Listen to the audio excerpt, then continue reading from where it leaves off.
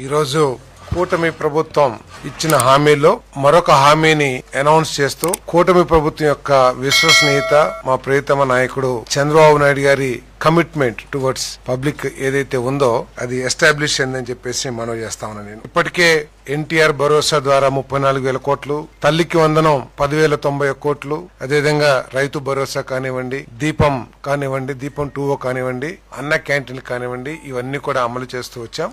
మరో హామీ ఏదైతే మహిళలకు ఉచిత బస్సు ఏదైతే ఉందో దాన్ని ఈ నెల 15వ తారీఖు నుంచి ప్రారంభించబోతున్నామని చెప్పేసి చెప్పడానికి సంతోషిస్తున్నామని చెప్పేసి మనం చేస్తాను. ఎన్నికల్లో ఇచ్చిన హామీ మేరకు మహిళల సాధికారిత, మహిళల అభివృద్ధి, అన్ని రంగాల్లో కూడా మహిళల భాగస్వామ్యం ఉండాలనే లక్ష్యంతో వారికి మేలు చేకూరే విధంగా వారి ఉద్యోగ అవకాశాల కోసం కానివ్వండి, లేదు వారి విద్యా అవకాశాల కోసం కానివ్వండి, ఇంకా అనేక అవసరాల కోసం ఈ బస్సుల్ని ఉపయోగించుకోవటానికి వారికి వీలుగా ఉంటుంది. ప్రభుత్వం అనేక ఆర్థిక ఒడిదుడుకులు, ఆర్థిక సమస్యలు ఎదుర్కొంటున్నా కూడా చంద్రబాబు నాయుడు గారి నాయకత్వంలోని ఈ కూటమి ప్రభుత్వం హామీలన్నింటినీ కూడా అమలు చేస్తుందని చెప్పేసి నేను మనవి చేస్తాను. ఉచిత బస్సు పథకానికి ముఖ్యమంత్రి గారు స్త్రీ శక్తి అని చెప్పేసి నామకరణం కూడా చేయడం జరిగిందని చెప్పేసి మనం చేస్తాను. దాన్ని కేబినెట్ ఆమోదించడం కూడా జరిగింది. మొన్నటి వరకు కూడా వార్తలు చాలా వచ్చినాయి. ఏదో జిల్లాల వరకే ఈ ఉచిత బస్సుని ఇస్తారు, జిల్లాలో మాత్రమే మహిళలు ప్రయాణం చేయడానికి ఉచితంగా